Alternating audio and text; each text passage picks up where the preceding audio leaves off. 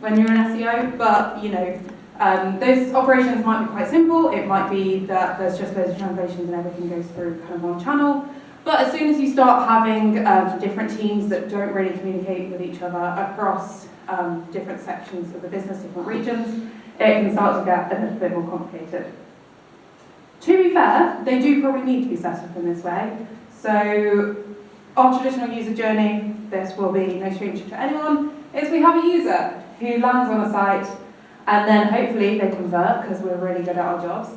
And then at the end there's a team there in that business who will deal with whatever that request is. So if it's a form submission or a purchase event, then they will be the ones to respond to that.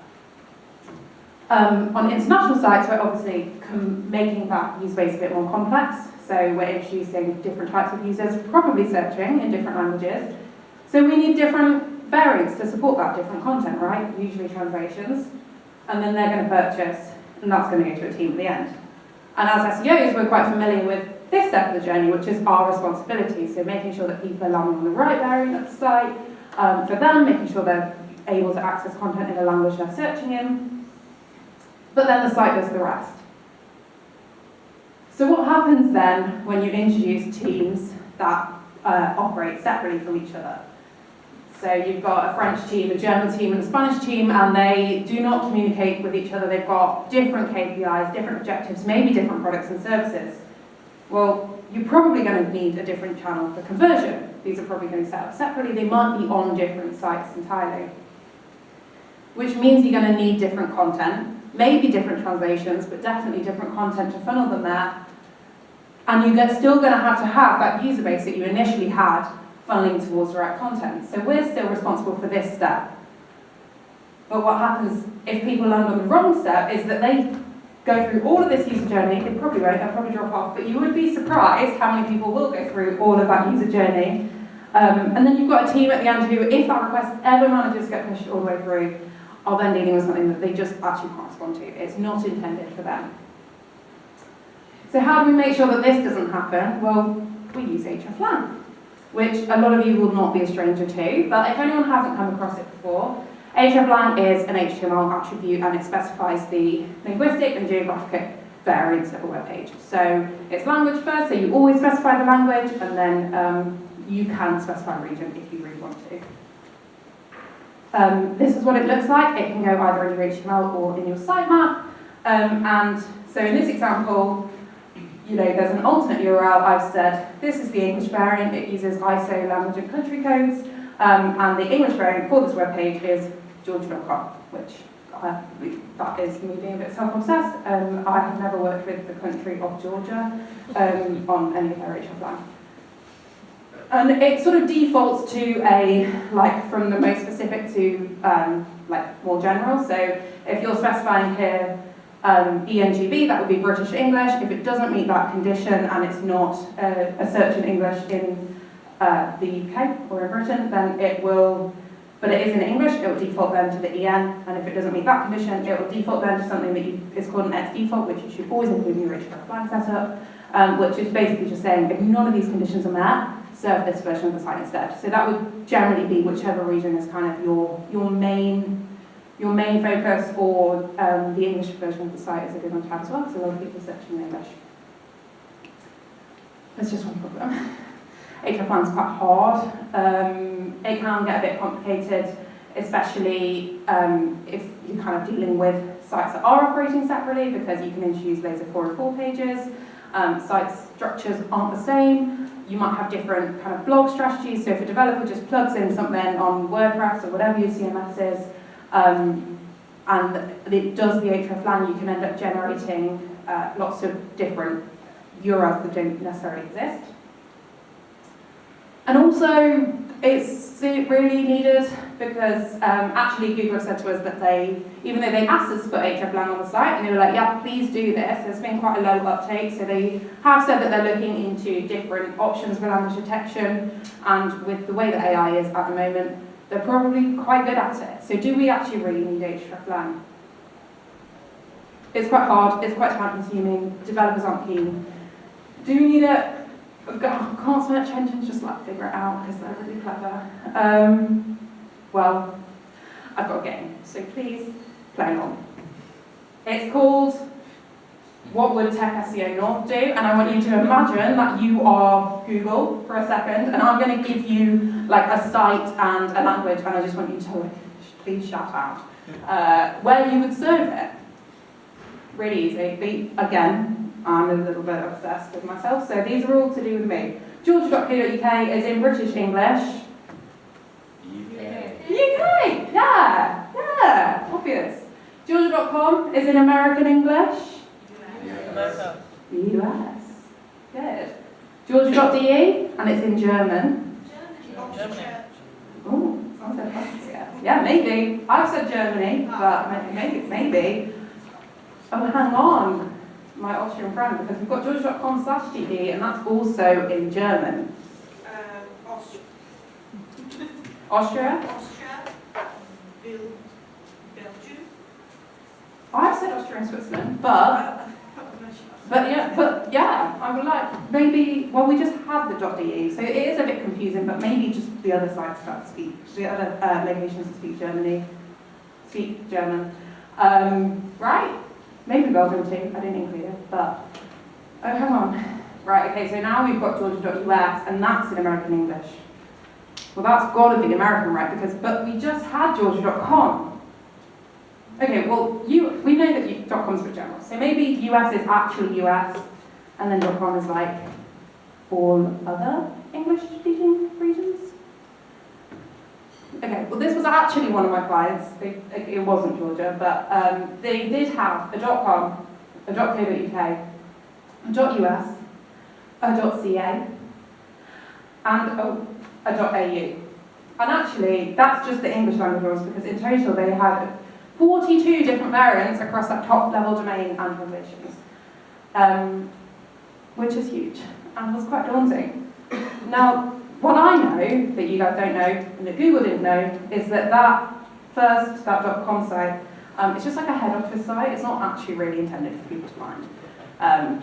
It's kind of there for investors, maybe for any regions they don't get service if they want to know more, but it's really not for any of their kind of actual clients to go through. But what happened when we started working with the .co.uk site, which was relatively new in that region, is that the .com was ranking position 1 for everything branded. So all of their core brand terms and also like any of the brand plus product terms, it was ranking position 1. Because it had existed longer, there were more backlinks, the site had better authority, but even internally, people were landing on the wrong version of the site. They were searching up their own company to find out, what's that piece of information, what's that thing that's gone live on the site, and then getting in touch with their comms team, being like, what has happened? The site's, everything's disappeared off the site, because Google hadn't figured out the relationship, and no one really questions it in a search, especially if you're doing branded search. So in answer to the question, do we need Hreflang and can't search engines just figure it out? Well, yeah, they can. A lot of the time, they're pretty smart, but they're not mind readers. And so if there is context to give about your site, then Hreflang is the way to do it for an international site. And when you have these really kind of complex multi-operational ones that don't necessarily overlap, you need to be giving this context. Don't forget, Hreflang is technical. Developers can do it. They should do it. I'm not putting Hreflang live. But where it points is strategic, and that's why we need to be involved in it, and that's why actually it needs a bit of thought behind it as well. And if we get this right, it's going to be better for search, better for our KPIs, traffic goes up, brilliant. It's going to be better for users because they're actually landing on content and information that's useful for them, they're able to convert, and that in turn is better for business because it's going to be bringing in more conversions to the right place. So how do we do this? How do we actually get to this stage where we figure out what we need to do?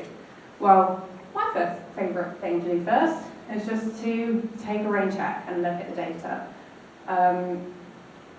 So find out where your users are coming from. This was pulled from GA4, but other analytics tools are available. And also have a think about why they are getting there. In this example, this is kind of from an EU site, simplified it a bit, but the majority of their traffic was coming from Italy. They had traffic coming from Spain, Portugal, and the United States. Now, a lot of people use VPNs in the US, that's not necessarily a concern, but is there some further digging we can do? Because we also know that a lot of people in the US are searching in Portuguese, Spanish, and Italian. They're quite popular languages in the US. So do we need to be addressing this? It's something for us to think about. Take a look at the rest of your marketing efforts.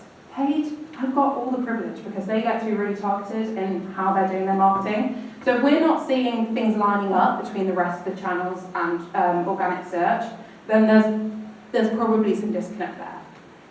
If a recognition is being kind of overrepresented, so in this case the UK, this is kind of a North American site, and the UK here is being overrepresented in organic traffic, so we can infer that probably something's going wrong in the Hreflang there, because we know that a lot of people speaking English, this site content is in English, so maybe there's something going wrong in the Hreflang where too many people are landing on the site from the UK when they're searching in English. But also if the site's being underrepresented, Canada there is a multilingual nation, so do we now need to look at the French site and see if there's any Canadian traffic landing there? Treat yourself as a competitor, like do a bit of analysis about where you're ranking. I'd actually do this with like a content gap kind of analysis, but like the opposite. Because ideally, in any of the kind of regions that you're trying to rank in, each of your site variants would be ranking position 1, because we're obviously all really good at our jobs, for kind of any overlapping content. So if you notice cannibalization, or even that you're kind of outranking yourself in different regions, then that's a really key sign that there's something probably going wrong there. So you've got your data. But don't jump to anything yet, because there's a really key tool that is quite important with things like that, and that is the teams involved. Because I promise you, if something is going wrong with users landing on your site, someone's going to know about it. There will be customer service teams pulling their hair out, sales teams who aren't able to kind of do the jobs that they're intended to do, operations teams who just don't know how to manage because they're getting the same requests through, they're having the same issues through because the site is not supporting them in their operations in the way that it should be. But also you can find out from them, you can show them your data and find out where do we need to act, and actually where can we leave alone.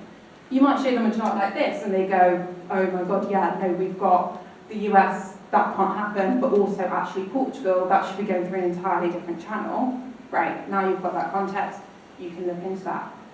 They also might go, actually, really doesn't matter, all of those form submissions go to the same kind of CRM, same email address, whatever, so long as people searching in the US are getting content that is useful to them and is in the right language, then it doesn't really matter where they're coming from. In which case, you can probably leave it alone. And if you go right, you'll have some nice happy teams at the end. Don't overcomplicate it. I do appreciate that I am giving you a talk about Hreflang, which is overcomplicating it. But one of the most common things with Hreflang that I see is like people, they get it in their heads and they're like, yeah, this is great, and then they go in and they're like, I know exactly what I want to target, and they get really specific with it. So this was an example from a different client, and they've been like, yeah, we've got these translations, we want to do ENG break, the ENES, FRFR, and JAJA. So specifying both the language and the country. But what's happening there is that you're only really opening yourself up to 4 regions, like you're only really giving instructions for 4 regions. If you just remove the country, then all of a sudden you've got yourself a much broader reach and a much broader specification, because those translations can work harder and cover kind of more areas. There are very few occasions where I think you would need to specify the language and the region if you hadn't already specified the language. There might be a few, I'm not saying there won't be, but for the most part, kind of don't over-specify unless you need to. And don't forget to add in an XE box, then you've got a coverall, like if no conditions met, then serve this one instead. Don't forget that Hreflang, the purpose of it is to serve variants, so actually it doesn't necessarily need to be a site-wide thing. That can cause issues because it can create loads of 404 pages, but it also might mean that actually you only need to put it on 5 or 6 pages across each of your site variants or each of your page variants. Because not all pages will have a variant. You might have content that is specific to that region, and that doesn't necessarily need Hreflang on. And you find that out by looking at the data, speaking to the teams involved, finding out where those issues are. And finally, do what you can. I think a lot of us in tech SEO are like very keen on trying to get the most perfect sort of markup, the most perfect version of something that we can, but actually that can be really hard when there's like operational difficulty in there as well. Because Hreflang is really hard. So if you remember this site I mentioned at the beginning, georgia.com with the 42 variants, yeah, I went to them and I went, yeah. I went to their devs and I went, yeah, we need to put Hreflang on 42 different variants, and they went, no. No, that's really hard. We don't want to do that. That's going to take ages. And then I actually went to the higher ups. I went to georgia.com and I was like, look, that you really need to do this. And they went, that sounds pretty expensive though. We're going to have to pay our devs loads to do it, and we don't really know what the value is. So I went, okay. Well, the main thing that we were having an issue with was the homepage. So I managed to get them to put it live on 11 homepages. It wasn't even all of the English-speaking variations, because actually not all of them were overlapping. I threw in a few extras that were causing issues elsewhere, so that hopefully we'd manage to get some buy-in. And it worked. I got it live on the homepage, and the homepage sessions went up. And they were really worried that everywhere was going to go down because it would be taking traffic away from other sites, but it didn't. Everywhere went up. But not only did everywhere go up, but all of the users were landing in the right places, and so they were actually getting the right conversions through, and their teams were happier because they weren't being kind of over-resourced on solving these issues that the website should already have been doing for them. So we actually managed to get buy-in to do it across a larger percentage of those variants and all pages now, which I'm quite proud of.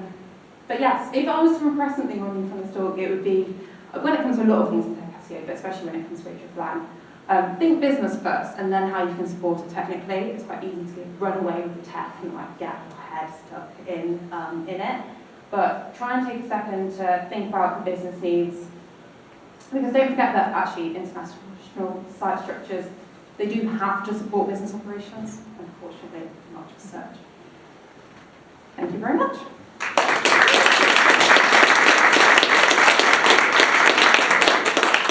Thank you, Georgia. That was really good. That was actually one of the best Hreflang talks I've actually heard. Very confident, very clear, not too technical, went into detail that a lot of people actually don't think about.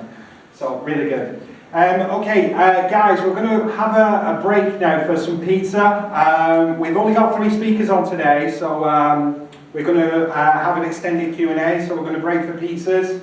On your way out to get some pizzas, Sideboard have brought some SEO swag. They've got some tote bags, etc. So feel free to go get some. Patrick said to Nikki, let's get rid of them all. So guys, fill your boots. Okay, we'll reconvene here in about 20-30 minutes, and next up will be Harrison. So Harrison, you're on after the pizza's made. Cheers, guys.